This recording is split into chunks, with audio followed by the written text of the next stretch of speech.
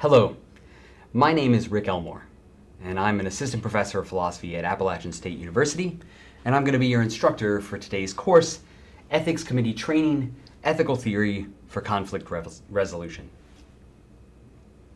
So the latest research on ethics committees shows that ethics committees encounter what we call classical ethical dilemmas, for example, the withholding or withdrawing of care, about 75 to 80% of the time. That is, 75 to 80% of their cases involve these kinds of classical ethical dilemmas. Now, we're going to talk more about what a classical ethical dilemma is in a few moments, but the idea behind this course is that if ethics committees are encountering classical ethical dilemmas very frequently, then a grounding in classical ethical theory might help them better identify ethical conflicts and hopefully resolve those ethical conflicts.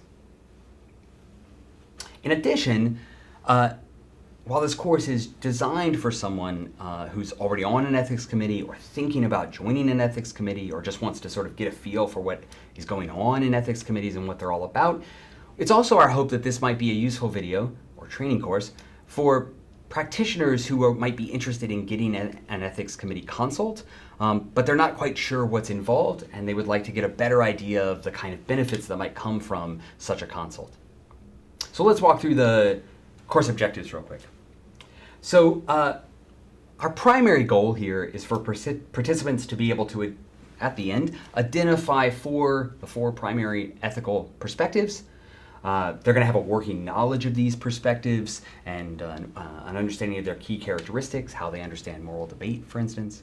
We're also going to work through a couple of case studies so that participants will be able to get a chance to use these perspectives to analyze actual ethical conflicts. And then we're also hopeful that participants might learn a little philosophy too. But some thoughts to get us started. Right? And these are general outline ideas for how you should approach ethical thinking and ethical reasoning.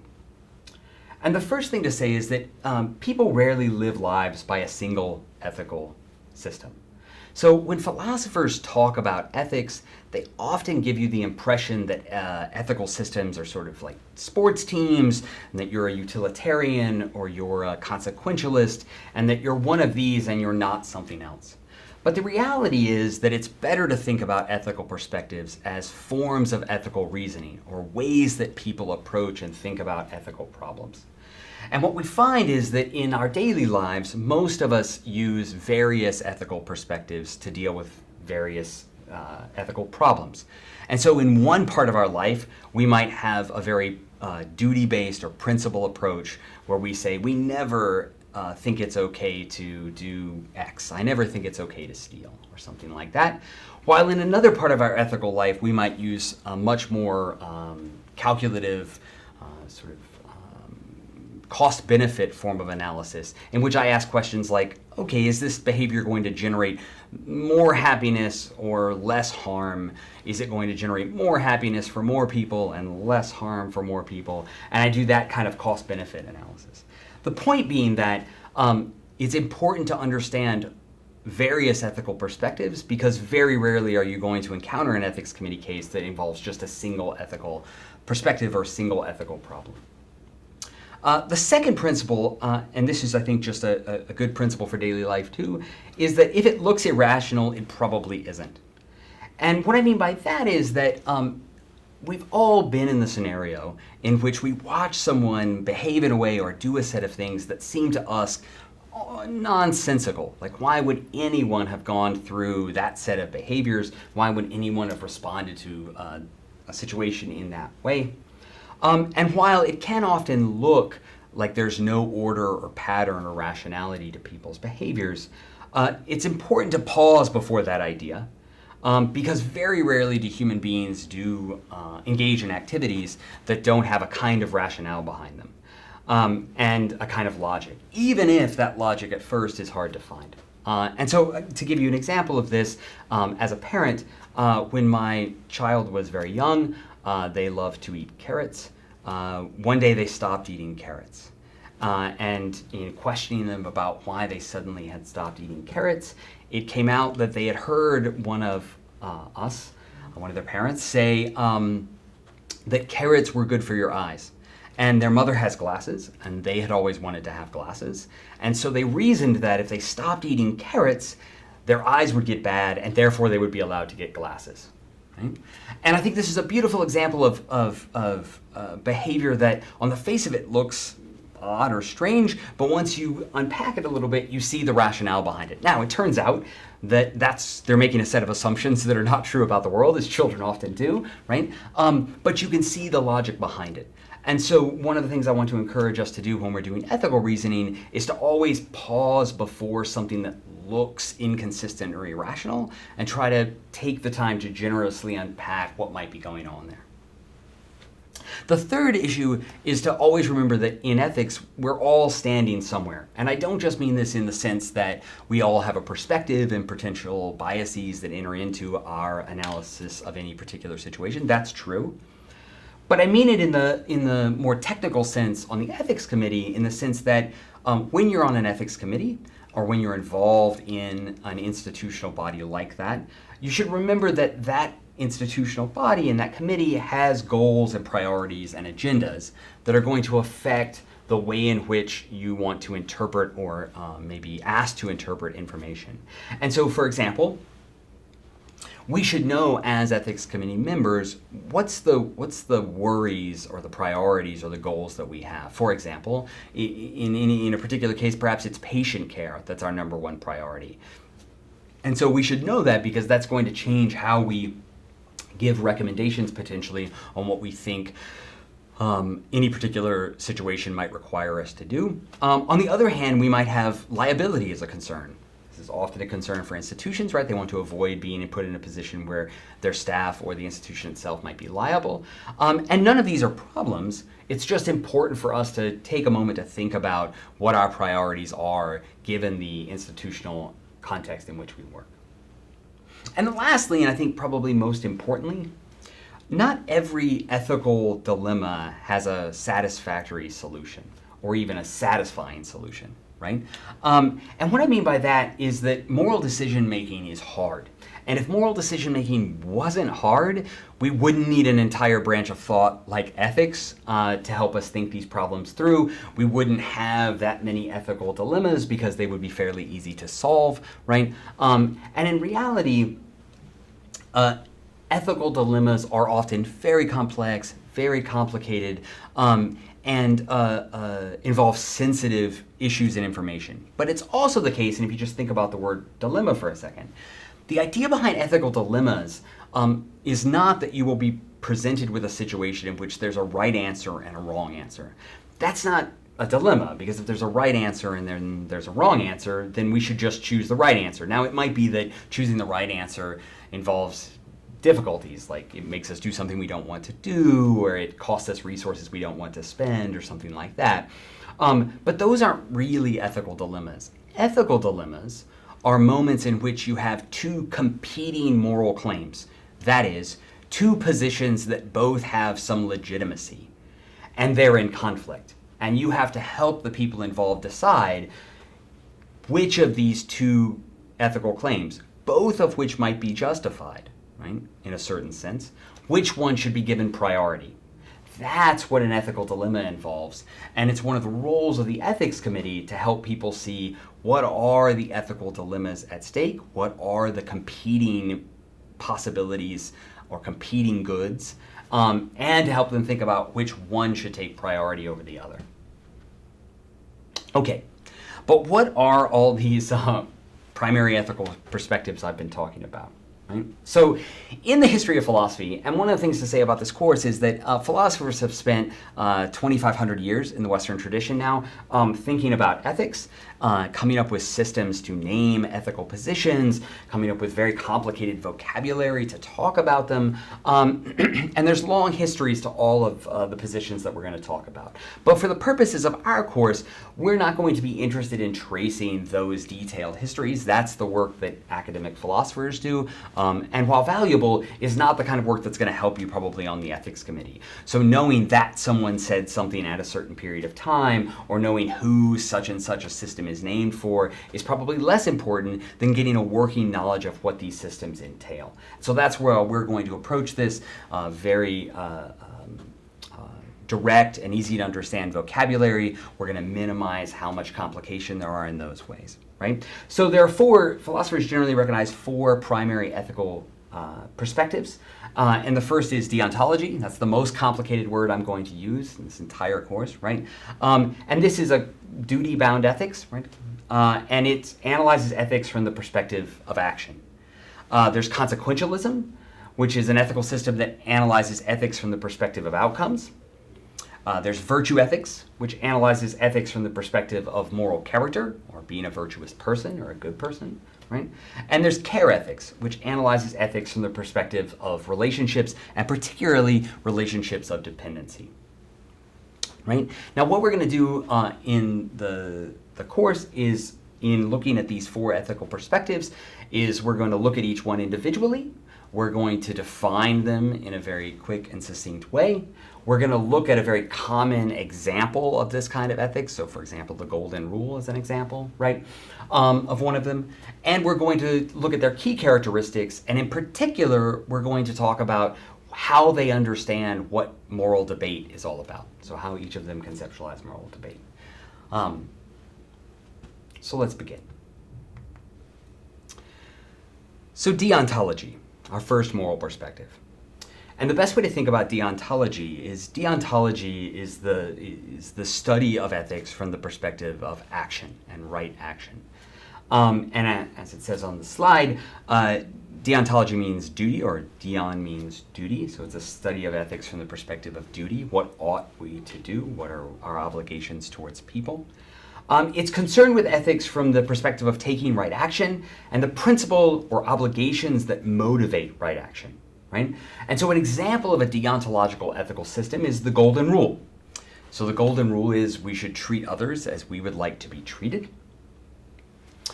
And the idea behind this is that when I'm faced with an ethical dilemma, I need to ask, how would I like to be treated in this situation? And I will come up with that, from that question, with a set of rules by which I want to be treated. Do I want to be lied to? No, I don't want to be lied to, so I'm going to say that lying is wrong, and that's a rule that I now put in place, and I have a duty not to lie to people. Do I want my possessions to be stolen?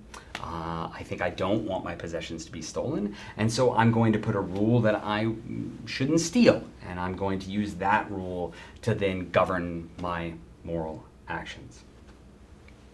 Generally, all forms of ethics that have to do with rights often fall under this perspective, because rights have this idea of these obligations that or benefits that we can claim from an institution or a state or an agency or other human beings, right? So some key characteristics of deontology and deontological ethics is to see moral wrong as the result of broken rules or unfulfilled obligations. So under a deontological ethics, I have a rule. I'm not going to steal. And moral failing or evil or badness is when I break that rule. I steal something when I said I wasn't going to steal something. I hurt someone when the rule is I shouldn't hurt someone. I lie when the rule is that I shouldn't lie. And so deontological ethics tends to see moral wrong as a question of broken rules. It relies obviously on a clear moral statement of duties. We need to know clearly what we can and cannot do, what we're obligated and what we're not obligated in relationship to other people. And it often has a kind of hierarchy of competing obligations.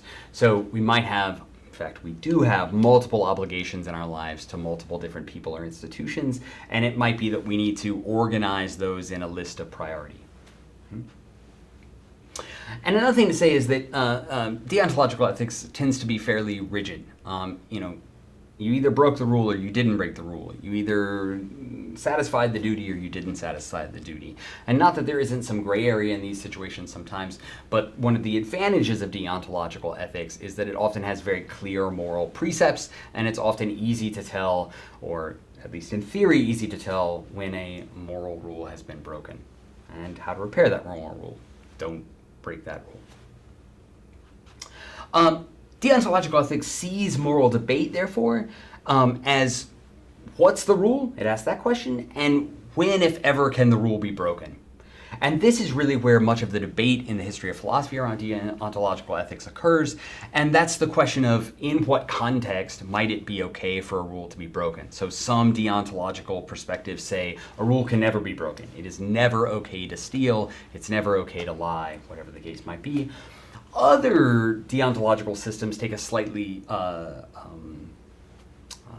looser interpretation, and they say there are at times contexts in which lying might be okay or stealing might be okay relative to other moral precepts. So in order, for example, to avoid someone being killed, I might be forced to do violate a lesser obligation, like the obligation to lie, for instance.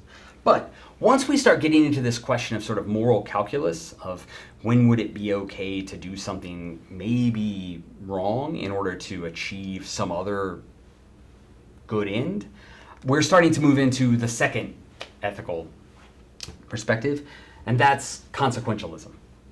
So consequentialism is an ethical system that looks at ethics from the perspective of outcomes. So where deontology looks at what actions people take and what actions people ought to take, consequentialism looks at it from the perspective of what outcomes do we want to have and what outcomes do we want to avoid. Okay? And so in this sense, consequentialism is interested in creating better or less bad moral outcomes and consequences. An example of this sort of system would be the Vulcan ethical code in Star Trek, right? So if you recall, that code is the needs of the many outweigh the needs of the few or the one. And so the idea here, following the Vulcan code, is that our job is to maximize the greatest good for the greatest number of people.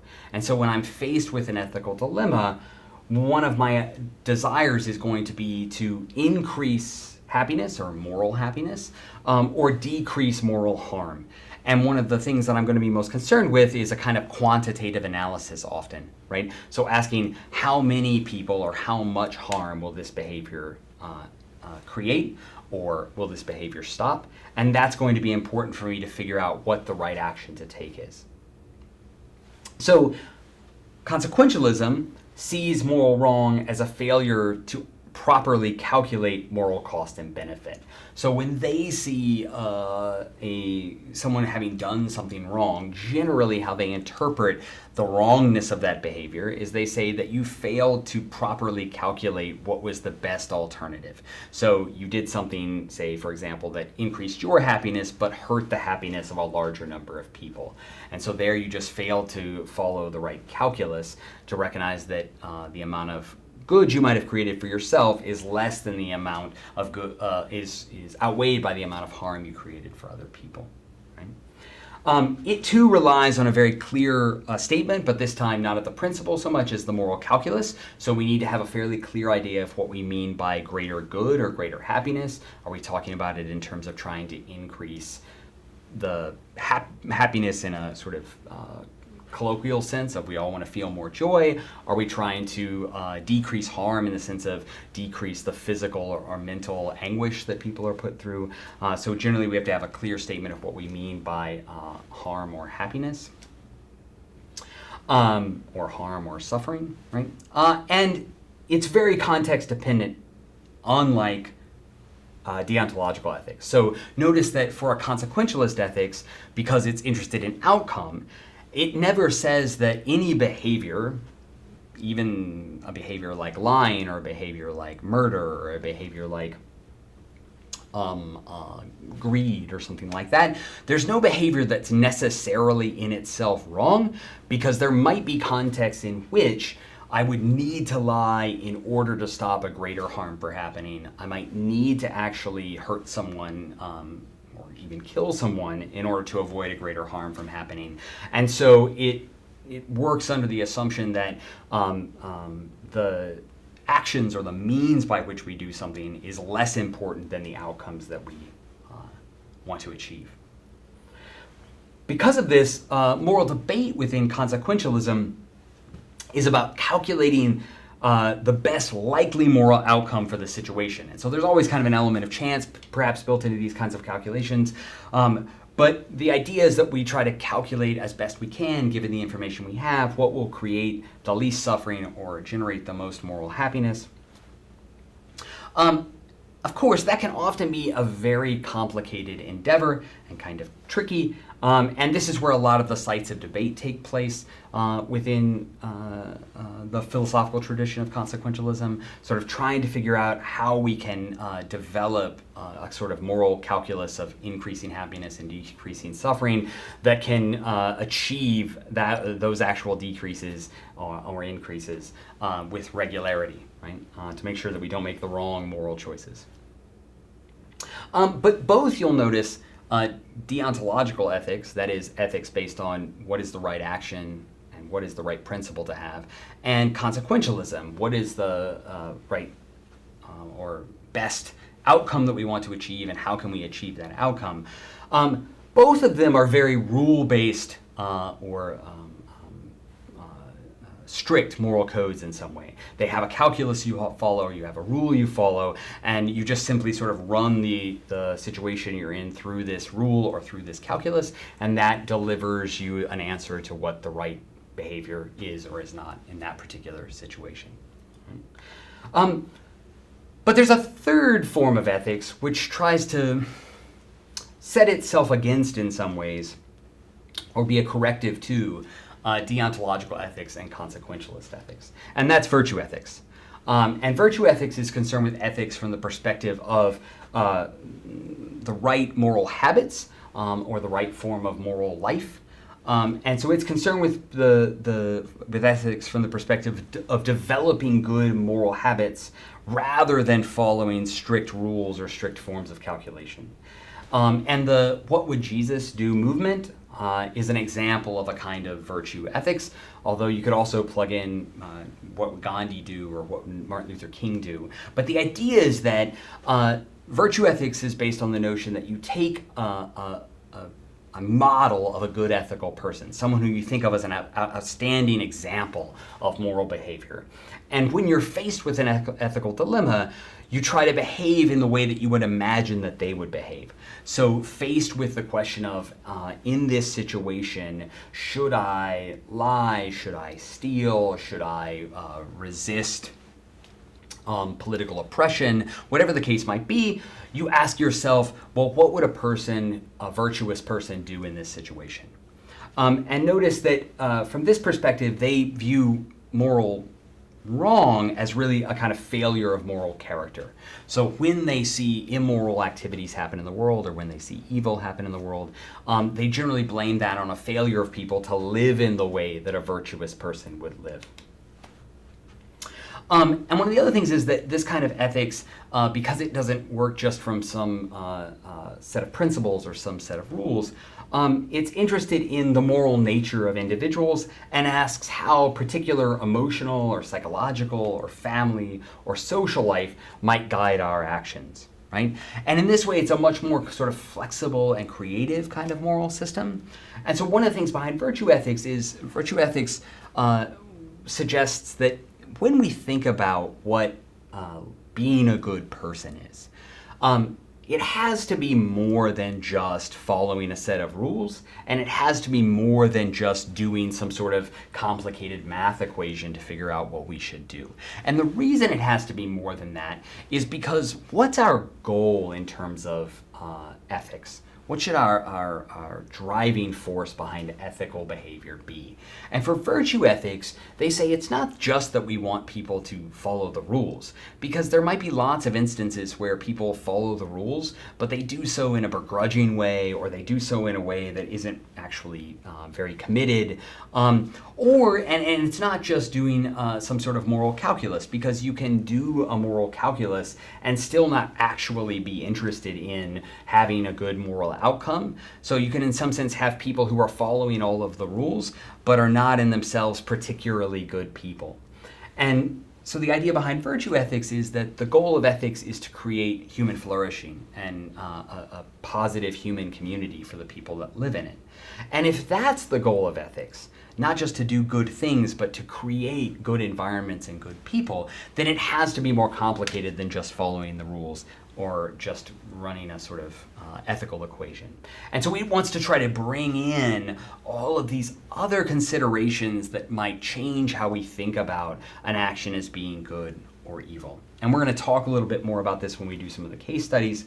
But the idea here is that this is a sort of more embodied or more embedded way of doing ethics that tries to bring in all of the considerations and influences and histories and possibilities of things that influence the way that people behave in order to try to create better and more flourishing human interactions and communities and individuals, right? And this brings us to our last primary ethical position. And some philosophers will class care ethics, which is our last perspective, under virtue ethics. I think there's really important reasons to differentiate it, especially when we're talking about medical ethics. We'll talk about that some in just a second. But care ethics is a perspective that looks at ethics from the perspective of the relationships that are involved in ethical decision-making and ethical life. Right? And in particular, it looks at the relationships of care that are involved. So it says, what if we think about ethical dilemmas and ethical problems from the perspective of the relationships of care that are often involved in those perspectives? And so an example of this kind of ethics would be a parent-child relationship is the sort of prime example of an ethics of care perspective. And so the question that then parent-child relationship might bring up from an ethical perspective is how should I care for my dependents and how should they care for me, right? So the idea behind care ethics is that there are important ethical dimensions to our relationship with one another, particularly in the form of care. And they often see moral wrong then as a sort of failure for us to care for each other in the way that we were supposed to, or to satisfy the obligations we have in terms of care.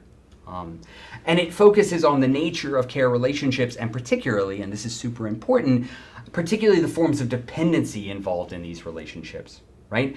And so if you think about relationships of care are often not entirely equal, or there's a kind of imbalance of power in certain ways. And what I mean by that is if you think about the relationship between a parent and a child, the parent has obligations to care for the child, and the child has some obligations to interact with the parent in a supportive way. But that's not an equal relationship because the child needs the parent in order to be safe, to be happy, to be fed, to be cared for in a way that conceivably the parent does not have to, a parent's care or survival does not depend on the child quite in the same way, right? And one of the things about, if you think about the power of that idea for a second, that means that care ethics is concerned primarily when it tries to bring to the fore is these imbalances of power that might affect our moral decision making or what counts as moral rightness, right? So for care ethics, moral debate is about how we can best maintain the well-being of caregivers and care recipients.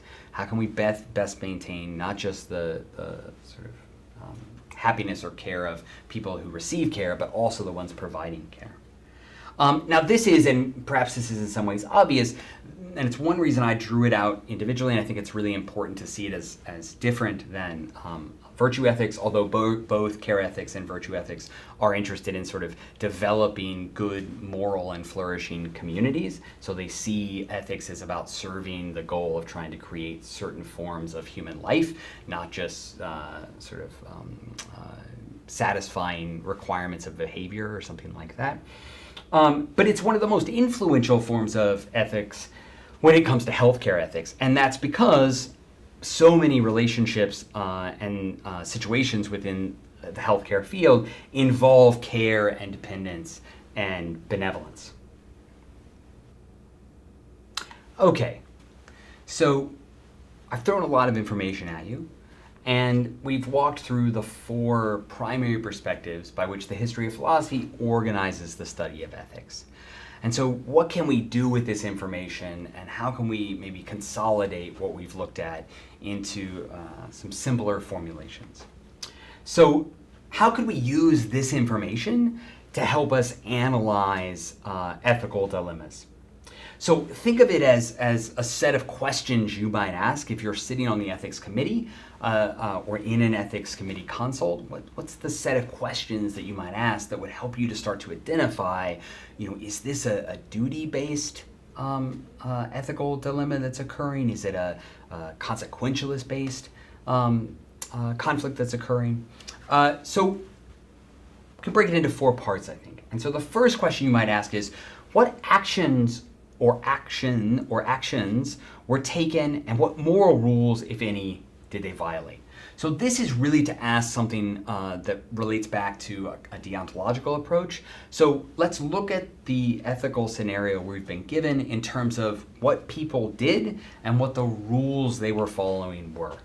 And if we can identify those, that might help us understand what the ethical debate, if any, there is within this situation. The second would be to ask a kind of consequentialist question, and that is, what were the consequences of the actions that were taken in this particular situation, and did they increase the suffering or happiness of the individuals involved in a morally relevant way, right? So our first question is about what people did, and our second question is about what consequences occurred because of what they did, and did those consequences have some sort of morally relevant element to them? The third question would be to ask, what other circumstances, if any, ought we to consider in our evaluation of the situation that we're looking at? What emotional, familial, or care relationships were involved, and are they morally relevant, right? So this gives us a chance to apply what we've learned about virtue ethics and about care ethics for us to ask some questions about, okay, but what are the relationships that were involved here? Were the actors involved in relationships in which one of them was dependent upon the other? Is this a relationship in which everyone in the situation had equal power? Right? Is there some sort of meaningful difference in their situations that needs to be brought in? For example, is there some relevant piece of family history or some relevant piece of emotional information that might need to be brought in this case, right? And we can literally just make lists of these kinds of questions and ask them, and I think this will help us start to organize the kind of moral thinking that's going on. And once we've done that, the hope is that it would allow us then to start to identify with some clarity what the moral conflicts are in this particular situation, if any.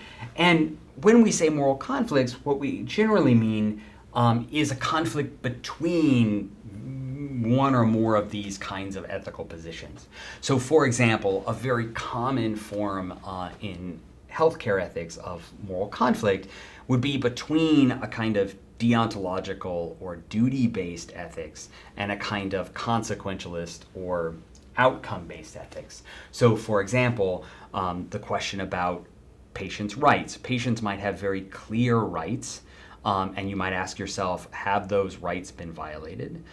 On the other hand, in those same situations, you might have a question of, yes, the patient has some clear right, say, to understand a procedure, but in actual practice, it turns out that the patient maybe didn't really understand the procedure or wasn't in a position to understand it. And so then we suddenly have this conflict between, yes, there is this principle, they said they understood the procedure, but there's this extenuating circumstances that there's some question of whether that's actually true. And now we have a kind of conflict between competing possible moral claims. In order to try to bring this together a little bit more concretely for you, and to give us a chance to sort of stretch some of our moral thinking here and to exercise the moral muscle that we've been building, I thought we'd use a very classic dilemma in healthcare ethics. And this is called the Heinz dilemma. And so what we're going to do is just read through this dilemma, and then we're going to try to apply what we've learned to it to try to dissect the various elements of it. And I think it's really good at helping us think through how various ethical positions might be in conflict within the same situation. So, in the Heinz dilemma, so a couple, Heinz and Julia, are faced with an ethical dilemma. Julia has been diagnosed with a rare medical condition. Without medical treatment, she is likely to die. The medication she requires is available, but is too expensive for them to afford. Heinz and Julia have tried several different legal ways to get the medication Julia needs. They have attempted to raise and borrow the money they require, and they have visited the local producer of the drug to see if they could set up some kind of payment plan or other arrangement. All of these attempts have failed. In light of these failures, Heinz decides to steal the drugs. Is this act of theft ethically justifiable? So as I said, this is a very classic debate or example within medical ethics.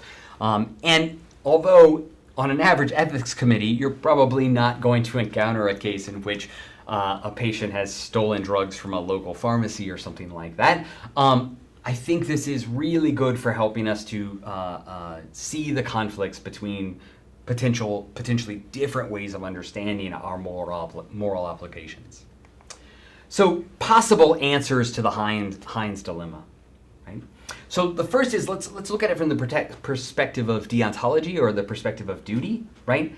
So the question here is, Heinz has taken action, he's stolen the drugs, and what is the most important moral principle that's at work in this particular case? So one possibility is that there is a duty not to steal, and we generally recognize a moral duty not to steal.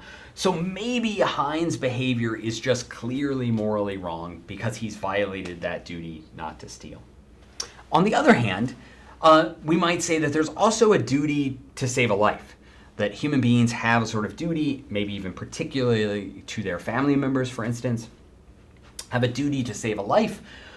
And in this case, Heinz, yes, has broken the rule of stealing medication, but he's done so in order to satisfy a much higher and more important duty, and that is the duty to save a life.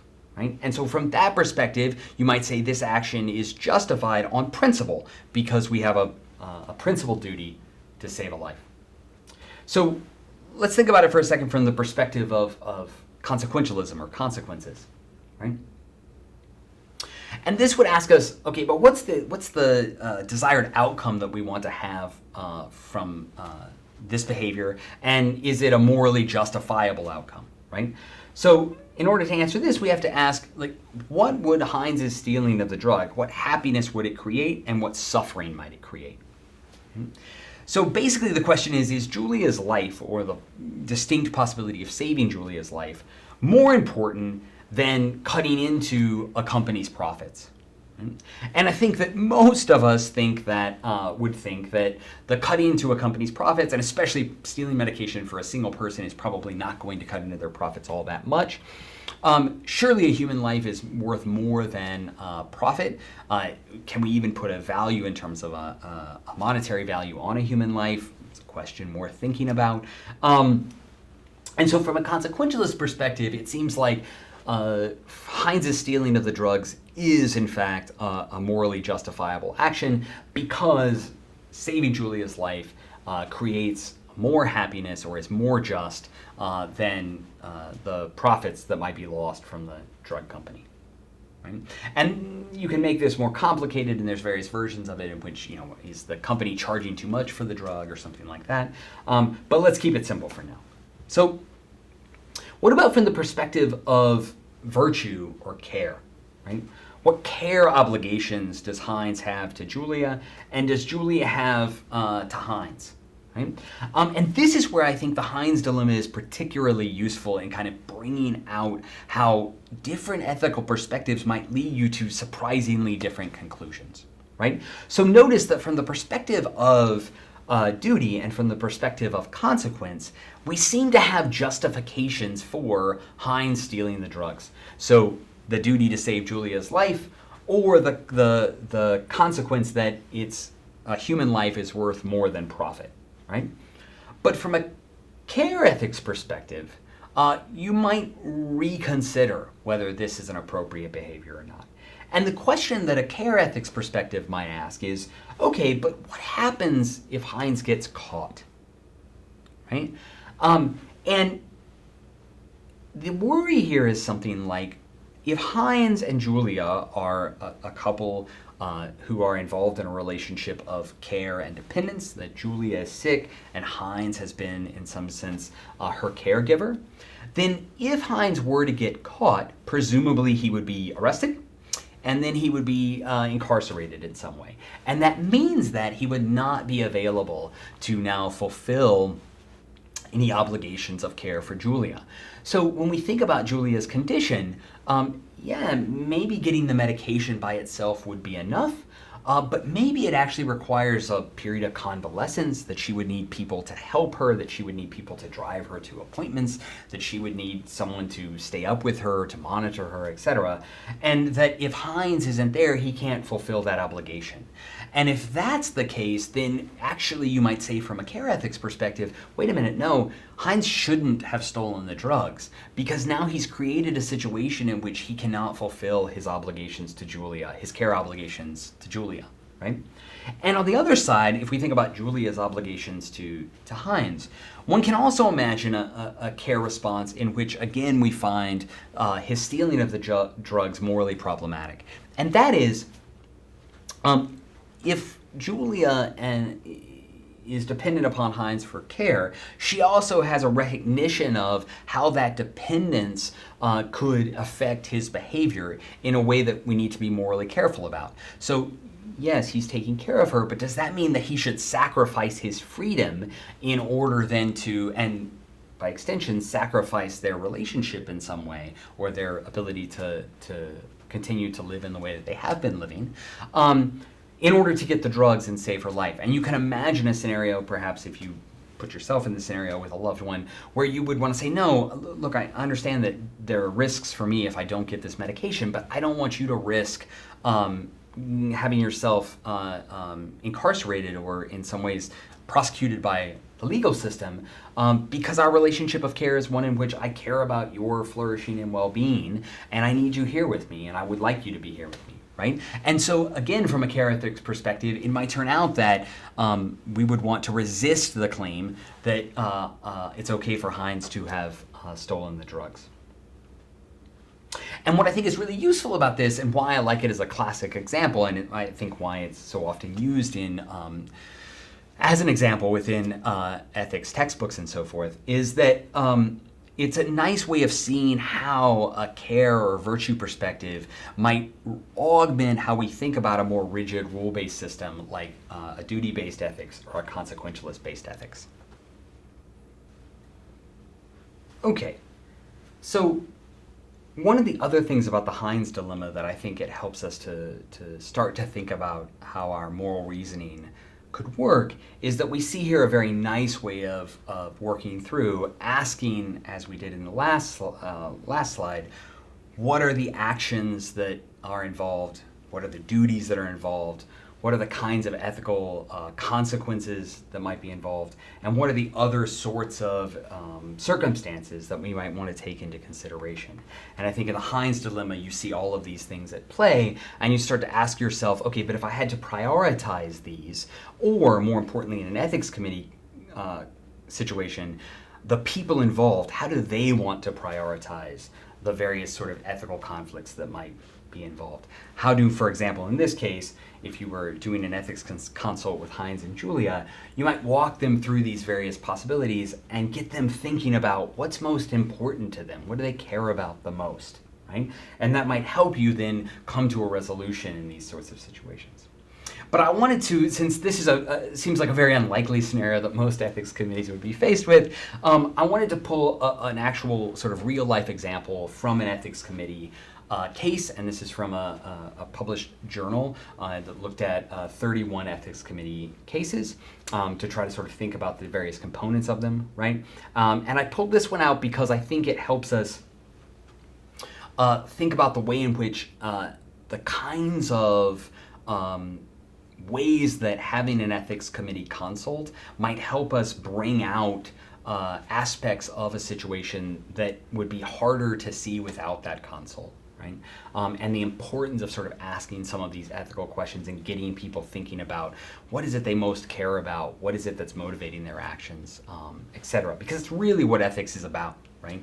So this case study, like I said, is drawn from the medical journal, the Journal of Medical Ethics in 2005. So I'll just read it. An 8-year-old boy had a third relapse of leukemia, which was treated without success.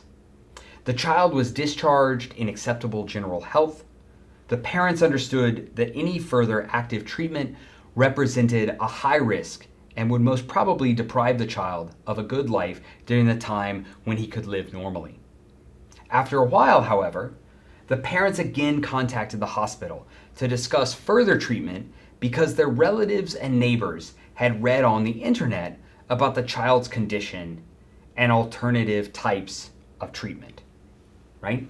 So this is an actual ethics committee case, and I'm hoping that we can now work together to apply the kind of process that we outlined earlier and that we used in the case of the Heinz dilemma to start to analyze this particular case. Now, this is a limited amount of information, and of course, if you were in an ethics committee consult, you might want the ability to ask further follow-up questions and so forth, but let's just work from this text and see what we can bring out. So, what can we know about this case just from that small body of text? Okay. So what are the principles or sort of duties that each party seems to hold in this case, right? So in this example, you have a child who's gone through treatment, that treatment several times. That treatment has been unsuccessful, and the doctor is now of the opinion that there is no sort of active medical treatment that ought to be performed because any such treatment that remains that they haven't tried is either too risky or in particular risks sort of greatly impairing the possibility of the child having a good and normal life with what remains of their life. Right? And so the principle here that the doctor seems to be working under is that patient care requires that they cease treatment so that the child can live out, and so that their patient can live out the highest quality of life possible in the time that they have left. And it seems like in this case, when you ask about the principles, and this is at least at the time of discharge, that the parents also share that position, right? The parents want their child to have the highest quality of life possible in the time that they have left, and that they are under the advisement of their doctor foregoing medical treatment in order, any additional medical treatment in order to have that be the case, right? And so in this case, we have a kind of agreement established at least at the time of discharge, right? And we have an agreement not just in terms of the principle, but in terms of the outcome, that both the doctor and the parents want the outcome to be for the child to have the best and highest quality of life in the time that they have left. Right? So where does the ethical conflict or enter into this particular case study, and is it a conflict of principle or a conflict of outcome, perhaps, right? And so we had a moment, we had at the time of the child's discharge, an agreement between, a seeming moral agreement between the doctor and the parents. But since then, they have encountered information via their neighbors and their friends or relatives that there is this other possible treatment option, and they want to bring this back to the doctor and see if there isn't a reason to pursue this treatment. And in this particular case study, just to add just a little bit more information, in this particular case study, the doctor called in an ethics consult at this point because he thought that this experimental treatment was a bad idea, that it represented still too high a risk and was not likely to succeed and would be quite invasive and painful were it to be pursued.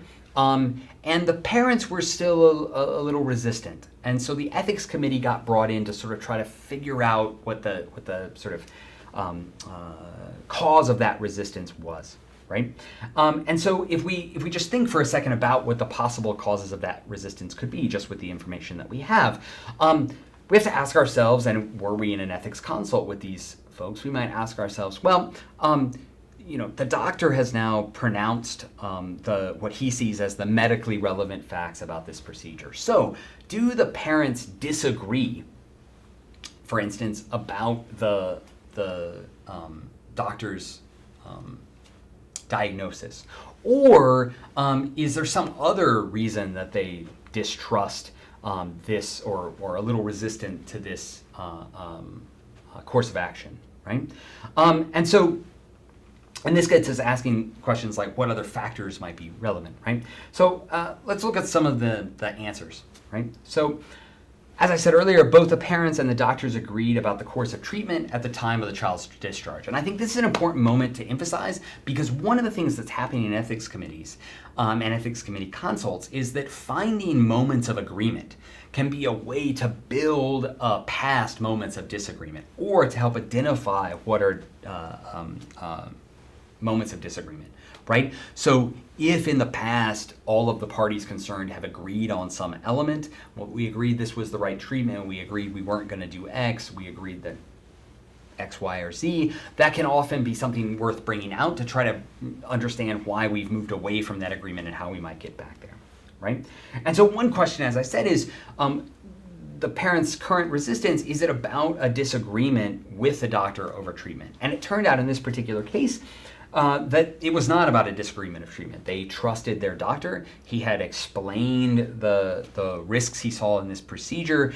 He had walked through the probable outcomes with them. And the parents actually the parents were in agreement with the doctor's current assessment of the case. And yet they were still reticent to not pursue this course of action.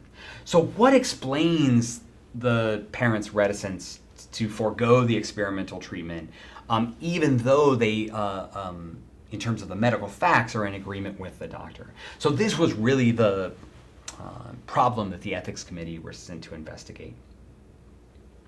So it turned out that through the ethics committee sort of helping the parents see, wait, but you don't disagree with the doctor about the course of treatment, you don't disagree about the medical facts, you don't disagree about what you're all trying to achieve, which is the greatest level of happiness and flourishing for the child in the time that they have left. So, what's troubling you about this? And it turned out that what was troubling the parents about it was feelings of worry and guilt that they might not be doing everything they could to save their child's life, right? So it wasn't a disagreement about facts, and it wasn't a disagreement about principles, and it wasn't even a disagreement about outcomes so much as a sort of helping the parents come to see that it was a kind of worry or guilt that they were feeling about, their ability to have exhausted every possible avenue, and the sort of social pressures that are involved in people, here I found this treatment, you should look into it, and then sort of wondering why that didn't take place or something.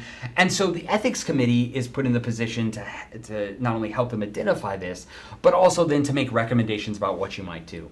In this particular case, the journal doesn't list the ethics committee's actual recommendations, but you can imagine an ethics committee that might suggest something like grief counseling, that might help the parents itself process through that, no, this is an instance in which you have exhausted all the possibilities. This is an instance in which you have returned to the situation you were at several months ago when you the doctor, etc., agreed that it would be a good idea to defer or continue treatment and to try to create the greatest amount of happiness for the time period that's left with your child. And what I like about this particular example is that there's going to be lots of cases in ethics committee consults in which you have conflicts that are clear-cut conflicts between, say, a right to duty to patient care and also a sort of duty to patient privacy or something like that. We're going to have lots of cases that are sort of much more stark forms of ethical debate. But those in some ways are actually easier to see, and one of the things I love so much about this case is it shows you what the ethics committee can do that you wouldn't necessarily suspect. That is, that the ethics committee itself plays a role in helping groups of people come to a better understanding of what's going on in the situations in which they're involved. The ethics committee is a recommending body. It's not meant to pass judgments on these things. It's meant to help groups of people work through what the stakes of their disagreement might be, such that then hopefully you can find a resolution to those disagreements. Now, there's lots of other cases that we could look at. There's a huge body of literature on this. But in the interest of time, I wanted to say, by way of conclusion, a couple of sort of closing remarks. And one of those is that there's a number of other non-ethical considerations that often play into ethics committee cases. And I say non-ethical, and put that in quotation marks, because these are elements of cases that will often arise that do not bear directly on ethical principles or even ethical reasoning, right? But will be essential for the recommendations an ethics committee might want to make. So one of these is medical facts and the dispute over medical facts, right? So often in ethics committee consults, you'll be presented with medical facts, and even though it is certainly not the job of ethics committees to adjudicate what is the right course of medical treatment, it can be really helpful to keep that in mind to help practitioners and patients identify when that is the central element of contention. Similarly, the control and distribution of information and questions of confidentiality often also arise within these kind of contexts. And again, these are often legal questions that it's not the job of the ethics committee to decide, but they can be really helpful if the ethics committee can assist practitioners and patients in identifying when that is the central source of debate. Legal concerns such as competency and advanced directives, these are, competency is one of the central concerns of medical and bioethics because we have a medical system that legally is designed around people making informed consent and having a legal documents that can provide a kind of paper trail for that consent. And so again, while this isn't often the job of the ethics committee to adjudicate on the legal status of any particular situation, it can be really helpful if they can help to identify when that's the central side of concern. And one of the last ones to keep in mind is that in a perfect world, practitioners and institutions would love to give absolutely the best level of care to every single patient. And I think institutions strive to do that. But we also live in a world of often limited resources. And so one of the things that can arise in ethics committee cases are conflicts over resources. And sometimes these are hard to see. And so, for example, if an institution has a certain amount of staffing that is specialized in some particular way, or they have certain equipment or machines that are specialized and they only have a limited amount of them, the use of that staffing or those resources or those machines or equipment by one patient might sort of just by sort of default limit the access of other patients to those resources, right? And so these kinds of questions about resources can often be at the center of ethics committee cases, and to have an ethics committee sort of thinking in these terms can help them identify that that is a central point of conflict, which can often be very helpful to the resolution of the situation. Right? And so these are pointing to elements that don't bear directly on ethical principles or ethical reasoning, but it's important to, I think, keep in mind and points to some of the complications that can arise within ethics committee cases. But the primary goal, and just to remind us, the primary goal of this course was to introduce you to the four primary ethical perspectives and to assist you in thinking about how these might help you identify, avoid, and resolve ethical conflicts. And just to remind us, the motivation for this course is that research has shown that the vast majority of ethics cases involve classical ethical dilemmas, and it was the hope is that a deeper knowledge of those primary ethical positions, how they understand ethical debate, what their key characteristics are, etc., would be useful information for ethics committee members in the field, so to speak, since they so often encounter these kinds of ethical dilemmas. So thank you so much for your attention. It's been a real pleasure. I hope this has been helpful, and good luck in your ethical reasoning. Greetings. My name is Melanie Childers. I am the Director of Pastoral Care at Appalachian Regional Healthcare System, and also the chair of our ARHS Ethics Committee. I want to welcome you today. This portion of our video training is going to focus on the procedures that we follow for conducting ethics consults at Appalachian Regional Healthcare System. We have several objectives for this training. The first is to understand the reason for ethics consults. Why do we need an ethics consultation team in the first place? Who is able to make use of this service, and under what circumstances is that appropriate? Number two, to understand the procedure for ethics consults. How do we accomplish an ethics consultation from the time of referral all the way through to documentation and evaluation? And three, we want everyone to be able to participate fully as a member of an ethics consultation team as a result of watching these videos. We want all of you who go through this training to feel a reasonable sense of confidence about your role on an ethics consultation team and how to proceed should you be asked to serve as a member or a facilitator of one of our teams. For this presentation, I am drawing on several resources which will be noted at the end of the PowerPoint. The most substantive resource I do want to note, however, is our committee is modeled after the second edition of the electronic booklet, Ethics Consultation, Responding to Ethics Questions in Healthcare, which is produced by the U.S. Department of Veterans Affairs. Okay, let's get started. There are a variety of reasons for healthcare systems to provide an ethics consult service. First of all, there are vast areas of human behavior that are beyond what legislatures, administrative agencies, and courts could ever likely address in statutes and regulations and judicial decisions. And if they did attempt to address them all there, we would hardly have a democratic society anymore, because the more detail in which a society is regulated, the less democratic it becomes. A second reason is that there is no way to anticipate in advance all the intricacies and varieties of human behavior. Any of us who have spent any amount of time with advanced directives documents know clearly that for all their benefits, they do not take away all the gray area. And that is just one small example. And then third, technology, growth, and medical advancement constantly are changing the environment in which we live and work. A few more reasons for offering an ethics consultation service.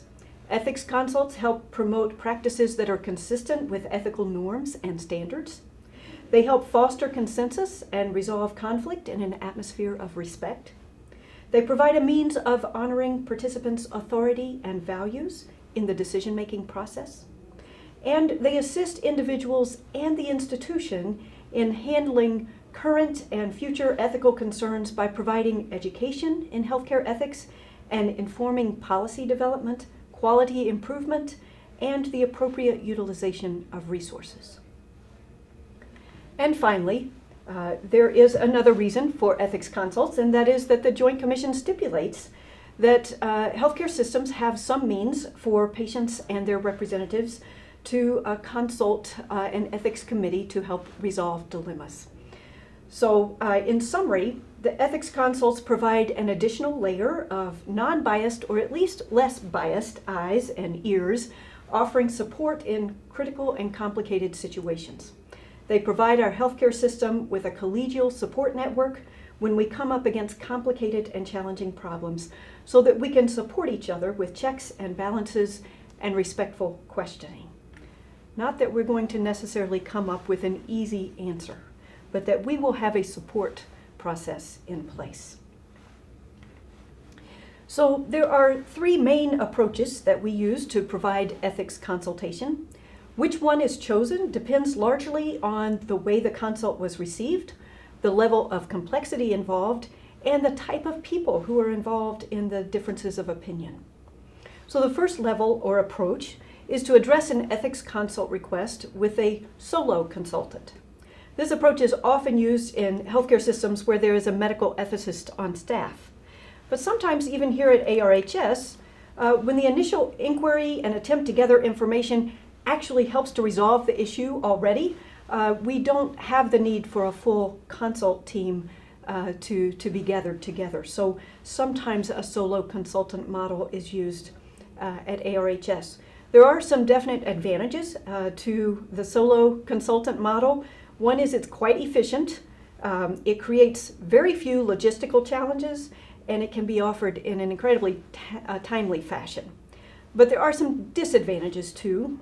Even when the consultant is a trained medical ethicist, checks and balances can be really helpful to protect against the consultant's personal biases or blind spots, and no checks and balances are included in the solo consultant model. Also, it leaves all the responsibility to one person.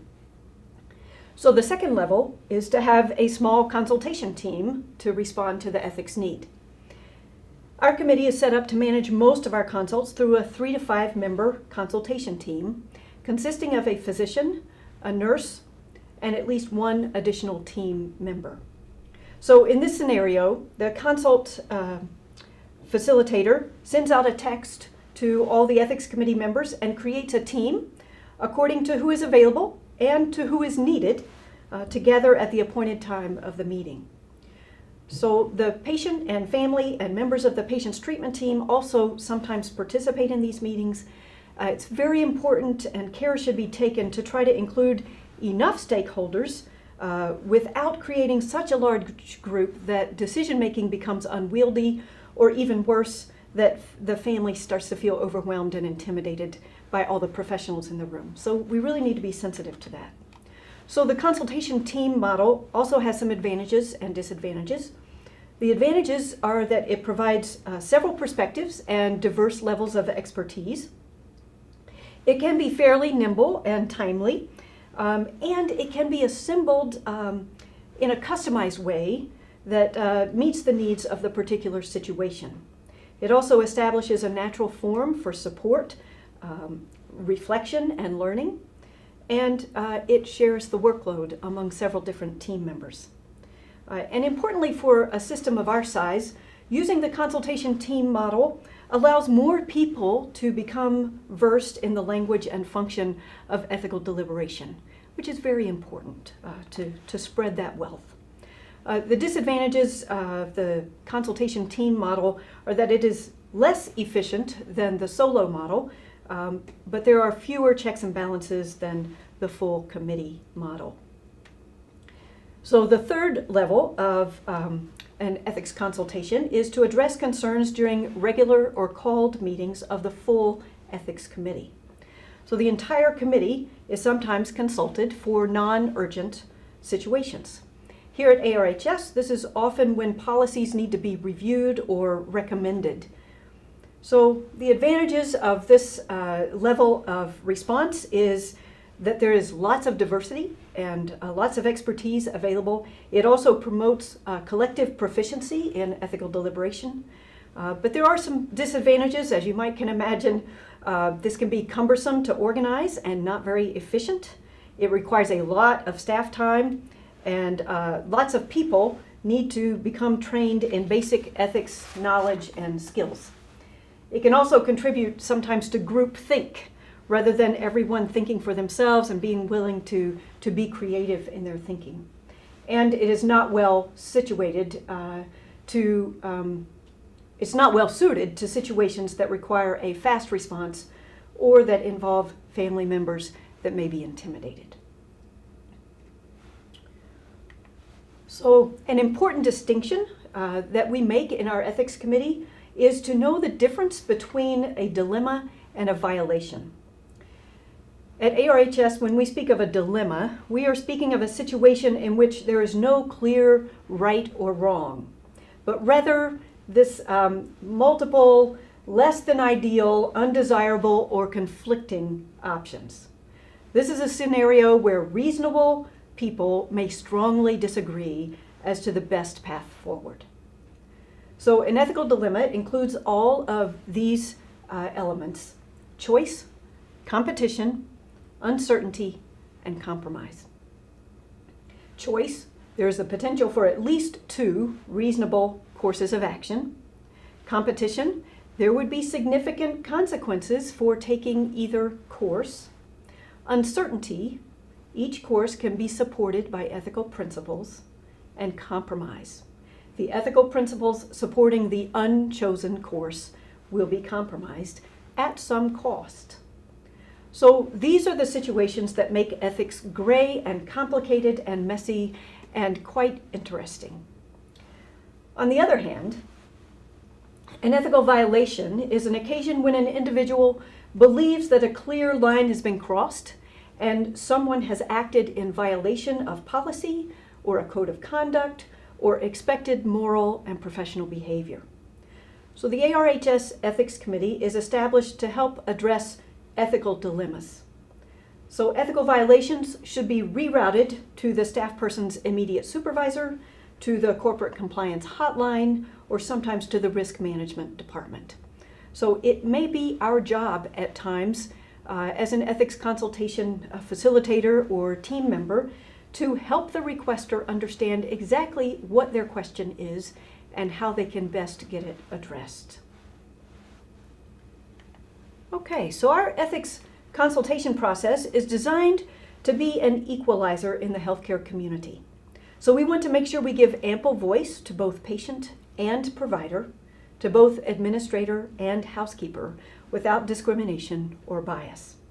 Therefore, all of the facilities within the ARHS system are welcomed to request an ethics consult.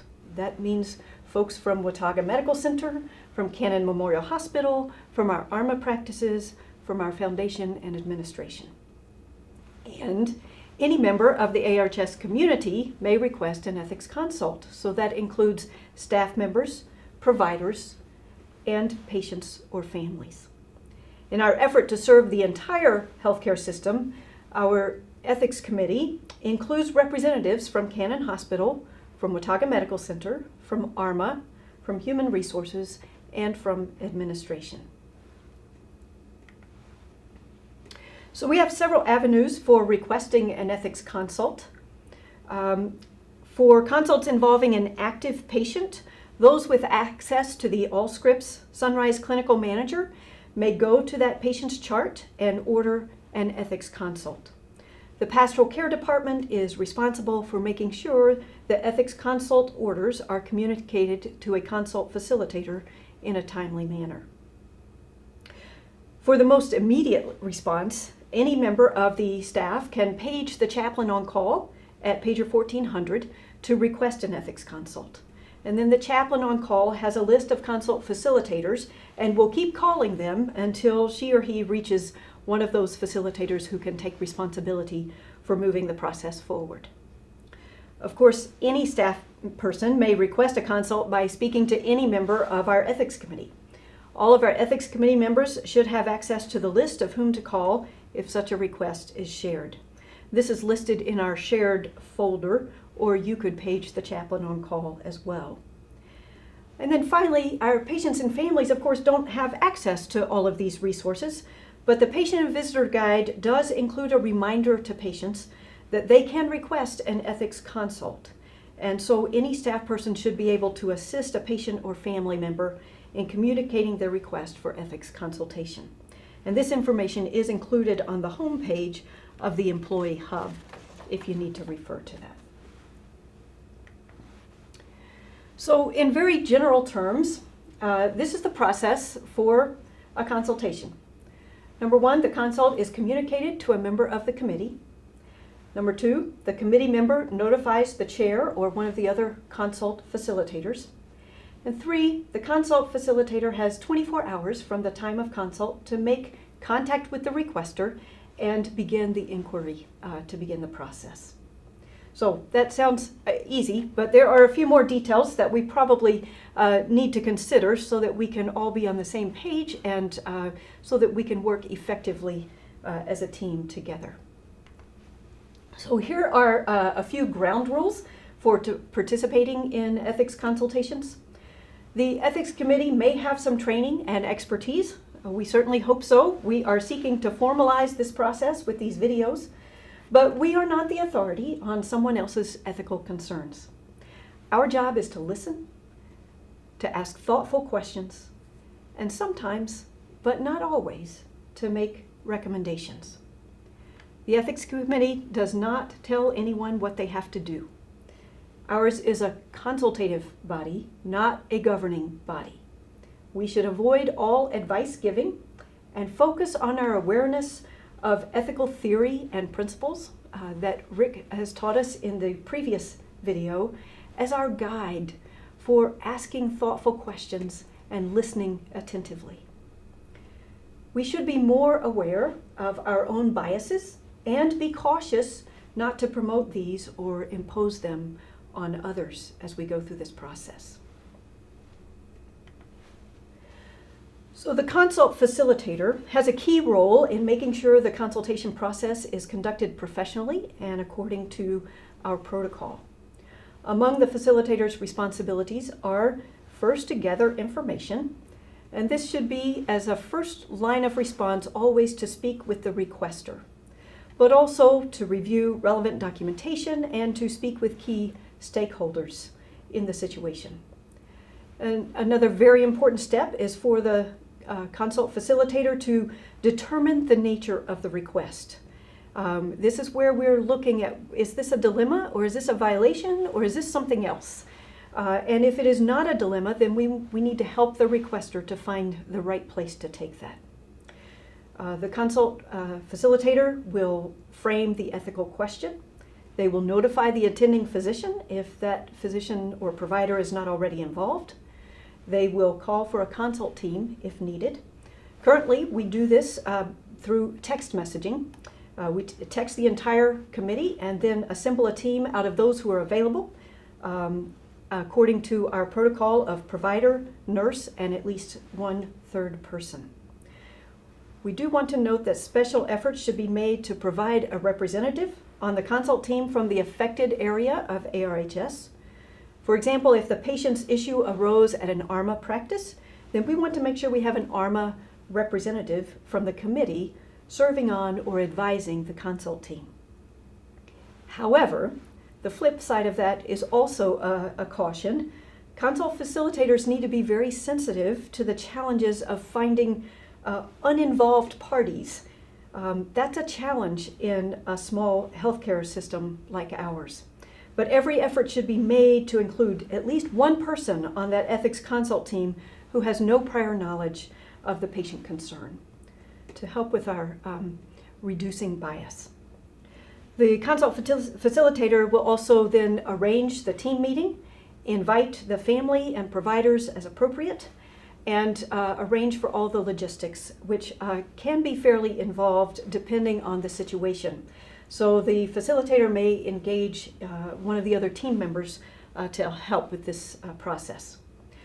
Then the facilitator will direct the consult team meeting, and that also includes a pre-meeting with just the consult team and a post-meeting with just the consult team if other stakeholders are being invited to the main meeting.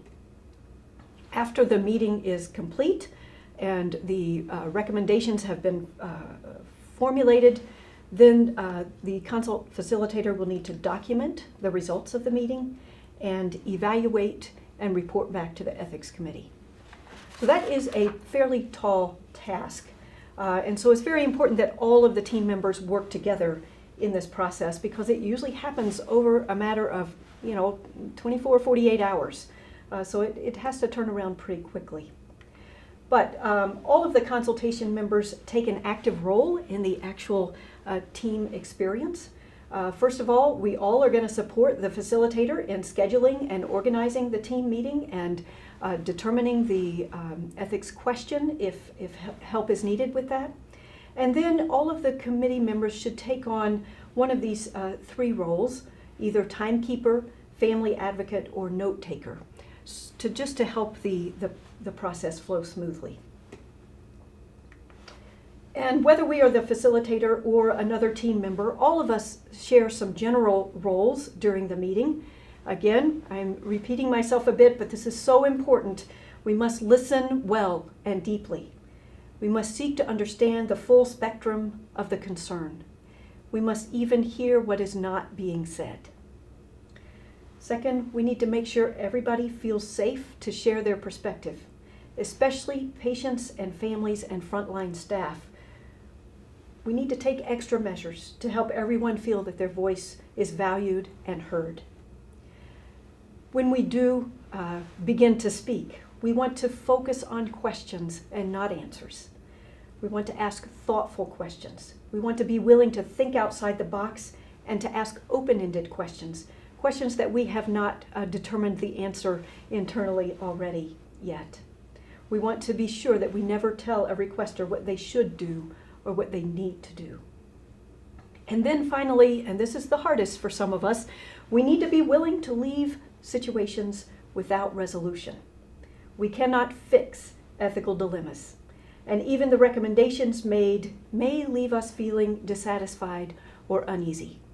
So we have to develop a sense of comfortability with the uncomfortable in that regard. So I want to say another word about helping those who request a consult to clarify their concern or their question or their need. This slide can serve as a flow chart of sorts for understanding the nature of the request. So first of all, who is it who is requesting? A patient or family member automatically receives a consult response at the team level. The one exception to this is that inpatients in the behavioral health unit will meet with a patient advocate before the ethics consult is initiated. But we want to make sure that we value all of our patients' and families' concerns. If a staff or provider may need help as well to clarify the nature of their request. And so we're going to talk with them and help them figure out, is this an ethical dilemma? And if so, how urgent is it? So we want to ask the requester if they want help resolving an ethical dilemma. And so sometimes right off the bat they may say, well, no, that's not exactly. What I need you to do is this. And so then we can help reroute them to the right authority or agency within our healthcare system that can help them with that. But if it is truly an ethical dilemma, we should ask, how urgent is this? If it has to be decided in the hour, then that is not appropriate for the ethics committee because we are fairly nimble, but we do have 24 hours to respond. So if it is so urgent that a decision has to be made in an hour, then the ethics committee will not be able to help with that.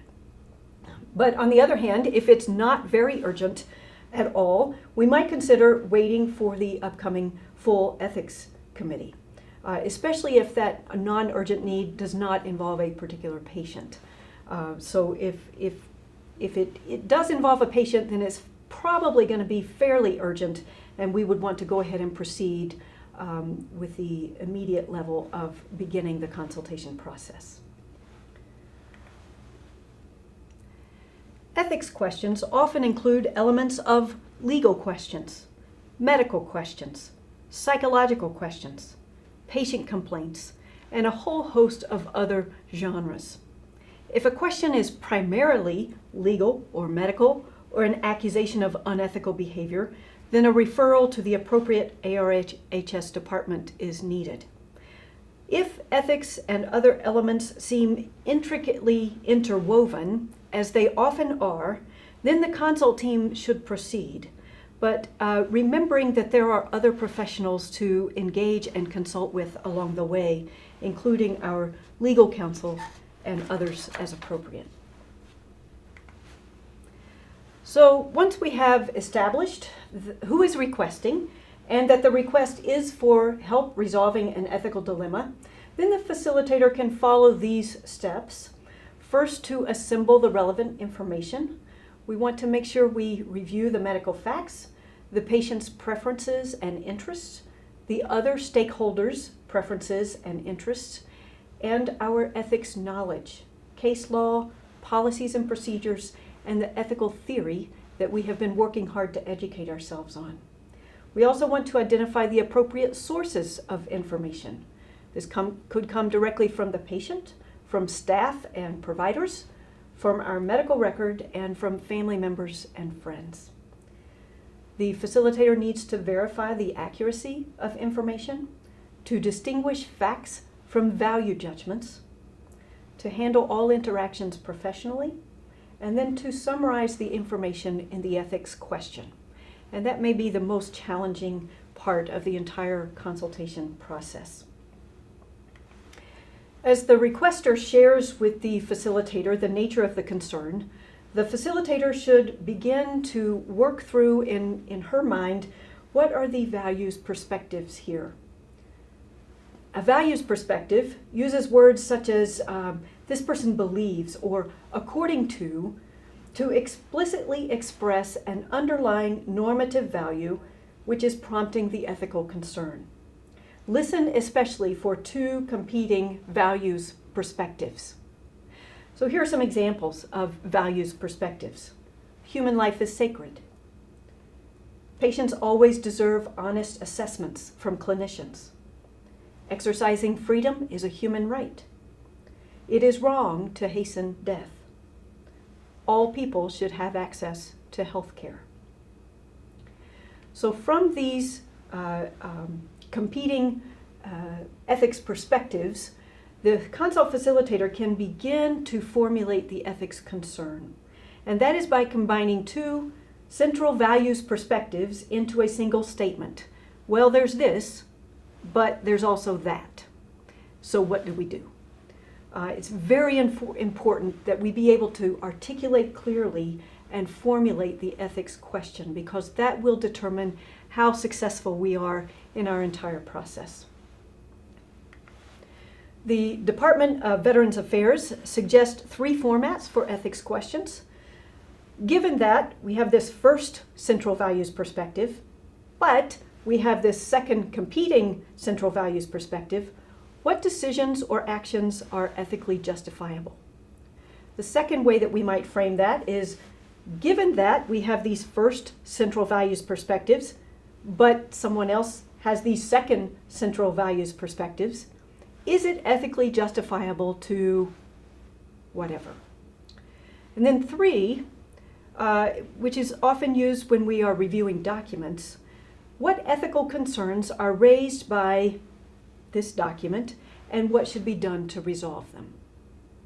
So these are 3 helpful structures that we can use to formulate the ethics question. Now I've got some more examples that we can look at together here.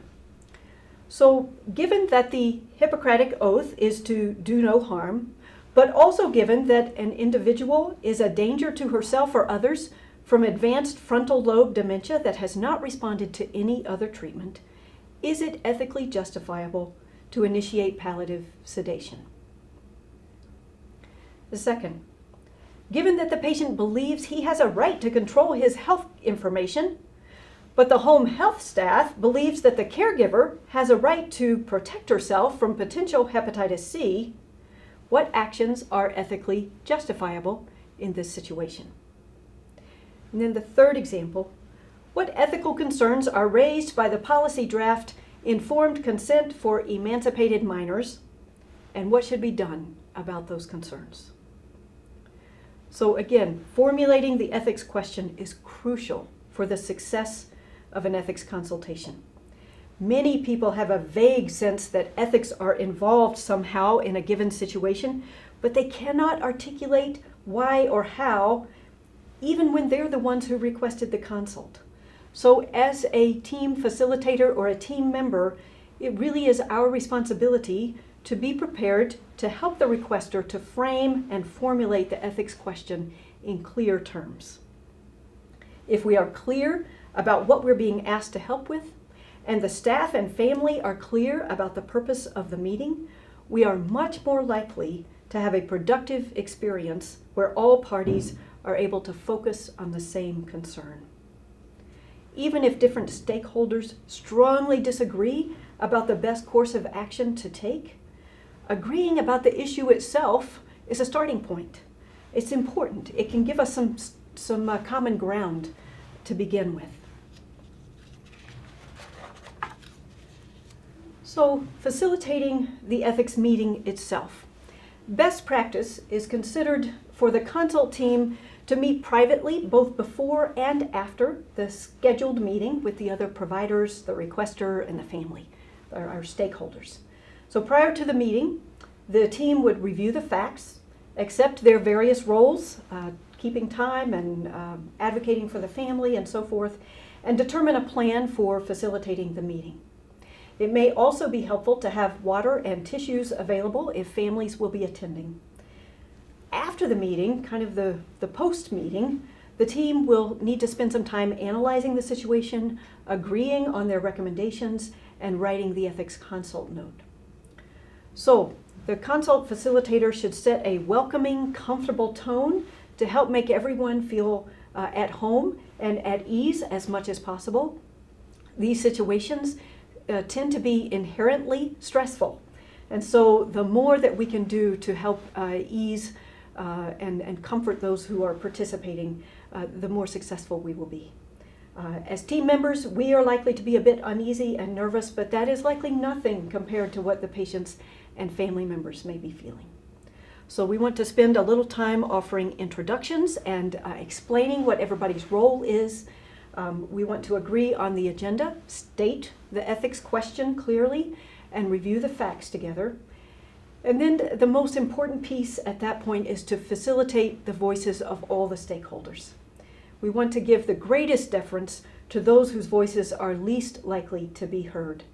Often, this is the patient or family, or sometimes frontline staff who are present, but we might be surprised by the lost voice in the room, and so we need to stay tuned to who that might be and make sure everyone's voice is heard and respected. Once we have heard everyone's stories and everyone's concerns, we want to clarify any misinformation or confusion and help to make sure everyone is on the same page as best we can. It's often helpful to restate the ethics question at that point to see if we read it or hear it any differently after hearing everyone's stories. Then we want to invite the consult team to ask questions and make observations. At the end, and this is difficult, but we need to summarize, even if we have not made recommendations yet.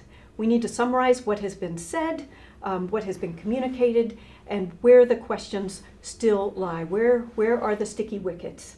And then explain to everyone in the room how the next steps will be communicated. And then at that point, our additional stakeholders and family members can be dismissed, and the post-meeting can begin. So after the formal meeting concludes, the consult team remains to deliberate further and to determine appropriate recommendations if they have some.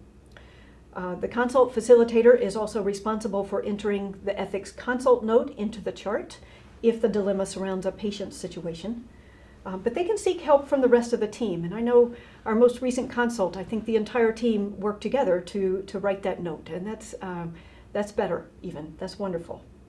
Then there is the response. The consult team needs to determine the best way to communicate their response with the requester, the patient and family, and any other stakeholders. And then they deliver that response. We also want to make sure we allow time for evaluation. The consult facilitator should provide an evaluation form to the requester and thank the requester for using the ethics consult process. These are our customers in a way, and so we want to make sure we're providing excellent customer service, not only by helping them through these terrible dilemmas, but to make sure that we are timely, that we are effective, and that we are compassionate in what we're doing. And then we want our internal review as well. The facilitator would then prepare a brief summary for the full ethics committee to review at the next meeting. So we have an ethics consult note that is available in the Allscripts system for documenting ethics consults. We just need to complete the blanks by answering each of the questions that are relevant to the situation that you have just worked through. And then you want to save the note in the patient's chart. And sometimes the documentation itself will serve as all the response that the committee needs to make. If there's no patient and family involvement, then our communication in the medical record serves as our response to the medical team. Although it's still good to go back directly to the requester and have that conversation, offer them the evaluation form, and thank them for using our service. So when we document the consult, we've got a sample ethics note entry form here. This is how you would find it in Allscripts. If you click in ethics ethics consult note, then this is what would show up for you to fill in the blanks. I know this print is very small, but we have copies that you should have access to in your materials so that you can take a deeper look. There are no big surprises here, but just a guide to help you include all the relevant information without getting off topic or sharing too much detail. And along that note, we never need to get into the he said, she said in an ethics committee note. We do not provide detailed minutes of an ethics consultation meeting. We need simply to respond to the prompts in the entry note form with clear and concise statements and nothing more. So I want to just take a minute to go through the various elements of this note because I think it has created a bit of anxiety for folks. So there are 3 sections to this note. The first section is ethics consult, which just gives basically the demographics of what's going on. The second section is the summary and ethical analysis.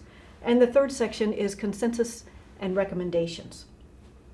So in the ethics consult at the beginning, we have just basic information, the date and time of the ethics consult request, the role and function of the person who requested the consult, the name of the patient involved in the consult, the name of the ethics team members who were working on the case, so that's our consult team. And then here is our clear statement of the ethics question. We want to make sure that we really focus on that clear statement of the ethics question. And then finally, we want to describe any formal meetings that were held. So that would be our place to say, you know, at such and such a time and place, these people met with guests, including the provider, the attending provider, and the patient's niece or whatever. We want to include that there.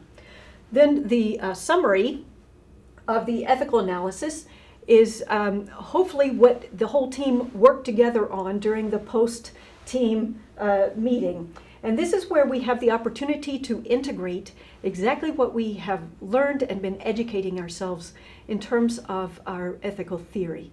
So there are boxes for consequentialism, cost-benefit analysis, principlism, duty-based ethics, and virtue-based analysis.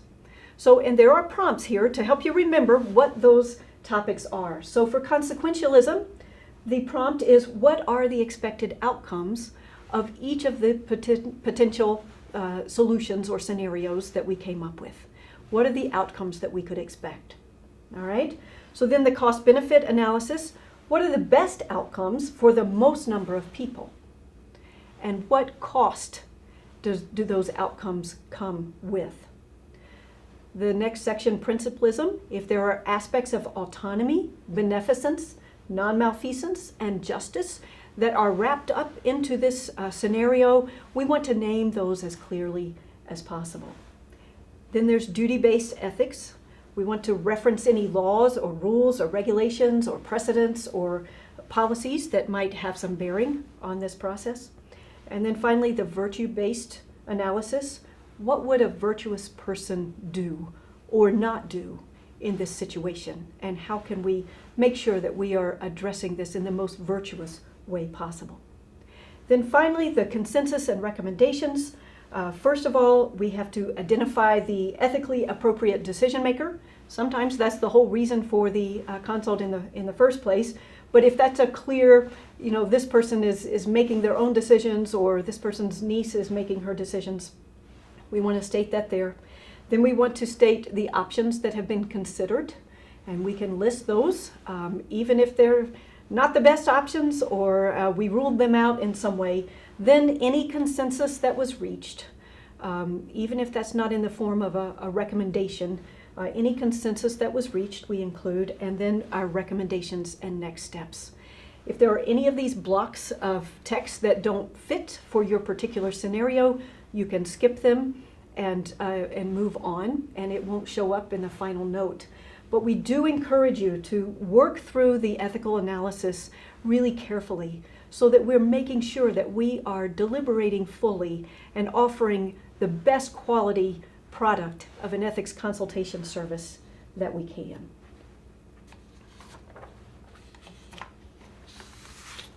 So likewise, we have a sample ethics consult note How it looks like on the front end when we have pressed save, and it is there for everyone to see in the medical record. So you can read through this again in your own materials to get a sense of how the information looks when it comes through the system. But I'll just walk through it quickly here. We have the first segment, the ethics consult, the date and time of the consult request, and this was from July of 2018. We have the role and function of the person who requested. We had a request by one of our providers and by the Director of Care Management. The name of the patient involved, which has been blacked out. Then we have the name of all the ethics team members who were working on the case. We have a clear statement of the ethics question, given the patient's current incapacity and the sister's reluctance to step forward, what are the ethically feasible options for decision making on behalf of this patient? So that was the statement of ethics question that we came up with. Then we described the formal meeting that we held. That was in the private dining room on July 31st, 2018 at noon, with the ethics consult team members listed above, as well as the requesters and the patient's sister. So you can see that the consult request was on July 30th. The meeting was held at noon on July 31st. So there was a fairly quick turnaround with this. So the second section is our summary of the ethical analysis, and we won't get in too deeply here, but we did include some response to every category on the entry form for this note. We had some things to say about consequentialism. The patient might die if she were allowed to make her own decisions, but she herself states that she does not want to die. So looking at the consequences, the cost-benefit analysis, a limited guardianship seemed to be a better outcome for this patient in the long run, assuming she does not regain her capacity to make her own decisions. In the short term, the sister is happy for the patient's providers to continue making and executing the plan of care. We looked at principalism in terms of autonomy, and that the limited guardianship seemed to honor the patient's autonomy as much as possible given her limitations. We also noted that honoring the sister's desire to decline decision-making capacity in that moment supported her own well-being and protected the familial relationship, speaking to beneficence and non-malfeasance. This sister was the patient's only family member in her life at all, and she did not want to sacrifice that relationship just in order to make decisions that were hard for the patient to accept. Then we looked on to duty-based ethics, looked at the informed consent policy and what that states, also that the patient was under an involuntary commitment order at that time. And then from the virtue-based analysis, the consult team wanted to make sure that the hospital and guardian both honored the patient and sister's values, independence, and desires as much as possible, while not causing outcomes the patient would not ultimately desire. So that was the summary. And then finally, we have the consensus and recommendations. So when we got to the identification of the ethically appropriate decision maker, our response was that the providers are the ethically appropriate decision maker at this time while guardianship is being pursued. The options we considered were shared decision making, family decision making, and hospital decision making. The consensus that was reached was that it was very reasonable for the sister who wanted not to make decisions on behalf of this patient, and that it was appropriate for the physicians to assume that responsibility as per hospital policy until guardianship was assigned or the patient's capacity was restored. So then our recommendations and next steps, we had 4 of those. 1, to proceed with medical decision making by physicians. 2, to allow the sister to be only the sister and to care for herself and for her sister. 3, to continue to monitor the patient for potential increases in capacity to make her own medical decisions. And then 4, to continue to pursue limited guardianship for the patient. So that's a lot of work. The ethics note is quite detailed, but there's a reason for that. This is important material, And again, we are providing a service to our customers, and we want to make sure that we're providing the most high quality service that we can.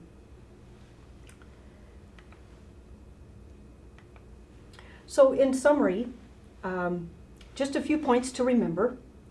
The ethics consultation process is set up to provide support, guidance, and sometimes recommendations to anyone in the ARHS system who is experiencing an ethical dilemma.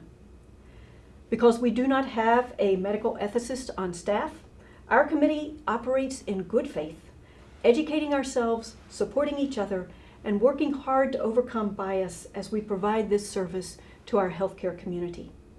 We commit to ARHS that we will do our best to offer careful reasoning, deep compassion, and sensitivity in all our deliberations and in our meetings with those we serve. So that might be our mission statement for our consult teams. We commit to ARHS that we will do our best to offer careful reasoning, deep compassion, and sensitivity in all our deliberations and in our meetings with those we serve. So this concludes our two-part video training session for ethics consultation. Once you have completed these videos, we will have a short quiz for you to complete and also an evaluation form so that we can continue to make our process better and stronger. I want to thank you for watching these videos, but more importantly, I want to thank you for your role in providing professional quality, compassionate, and informed ethics consultation to the ARHS community.